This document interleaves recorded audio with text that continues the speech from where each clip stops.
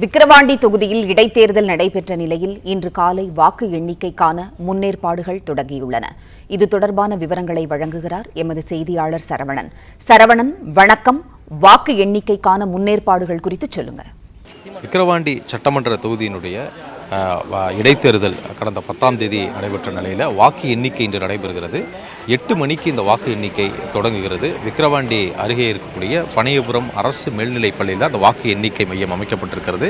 தற்பொழுது வாக்கு எண்ணிக்கைக்கு முன்பாக வாக்கு எண்ணிக்கை மையத்திற்கு வரக்கூடிய அந்த கட்சியினுடைய முகவர்கள் அவர்கள் முழுவதுமாக வழங்கப்பட்டிருக்கக்கூடிய அடையாள அட்டையை சரிபார்த்து அவருடைய செல்போன்களை எல்லாம் வாக்கு எண்ணிக்கை மையத்திற்கு முன்பாகவே வாங்கி வைத்து கொண்டு ஒவ்வொருவராக அனுமதிக்கப்பட்டு வருகிறது.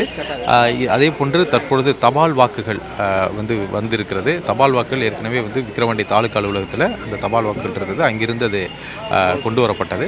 அதே போன்று வேட்பாளர்களுடைய முகவர்கள் திமுக வேட்பாளர் அன்னியூர் சிவா செல்கிறார். இதே போல் வேட்பாளர்களும் அவருடைய முகவர்களும் உள்ளே வரலாம். யார் உள்ளே வந்தாலும் வாக்கு எண்ணிக்கை மையத்திற்கு அவர்களுக்கு வழங்கப்பட்ட அடையாள அட்டையை காண்பித்துவிட்டு அவருடைய செல்போன்களை காவல்துறையிடம் ஒப்படைத்து விட்டு தான் செல்ல வேண்டும். 3 இடங்களில் இது போன்ற காவல்துறையினுடைய சோதனை, அந்த சோதனைக்கு பிறகுதான் உள்ளே வாக்கு எண்ணிக்கை மையத்திற்கு அனுமதிக்கப்படுகிறார்கள். இந்த விக்கிரவாண்டி சட்டமன்ற தொகுதியினுடைய இடைத்தேர்தலை பொறுத்தளவில் 82.48% வாக்குகள் பதிவாகி இருக்கிறது.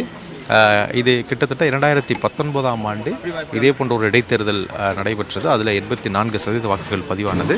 அதுபோன்று ஒரு 82% வாக்குகள் தற்பொழுது பதிவாகி இருக்கிறது. எனவே இந்த வாக்குகளை ஒட்டுமொத்தமாக இந்த வாக்குகளை எண்ணுவதற்கு இந்த மாலை வரை நீடிக்கும் என்று சொல்கிறார்கள். மொத்தமாக 20 சுற்றுகள் ஏற்பாடு செய்யப்பட்டிருக்கிறது. 14 மேஜைகளில் 20 சுற்றுகள் வரை வாக்குகள் எண்ணப்படுகிறது. முதலில் தபால் வாக்குகள். இந்த தபால் வாக்குகள் தற்பொழுதுதான் கொண்டு வரப்பட்டது. போலீஸ் பாதுகாப்புடன் இந்த தபால் வாக்குகள் வாக்கு எண்ணிக்கை மையத்திற்கு கொண்டு செல்லப்பட்டது.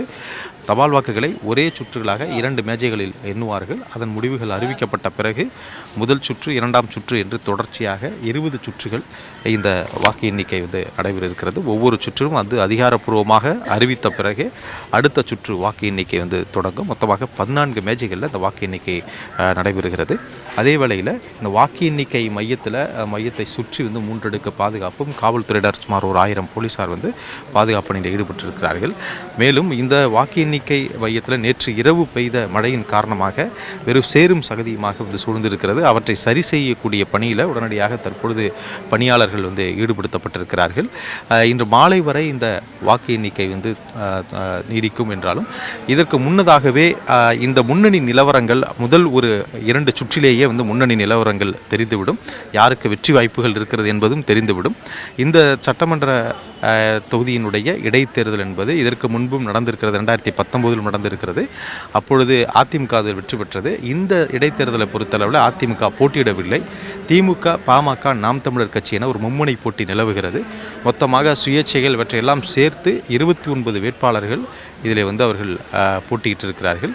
இந்த தேர்தல் முடிவுகள் 8 மணியிலிருந்து இந்த வாக்கு எண்ணிக்கை தொடங்கும் பொழுது இந்த 3 மும்முனை போட்டி இருக்கக்கூடிய இந்த 3 கட்சிகளில் யார் முன்னிலை வகிக்கிறார்கள் என்ற விவரங்கள் தெரிய வரும். அதற்கான அனைத்து ஏற்பாடுகளையும் தொடர்ந்து செய்திருக்கிறார்கள்.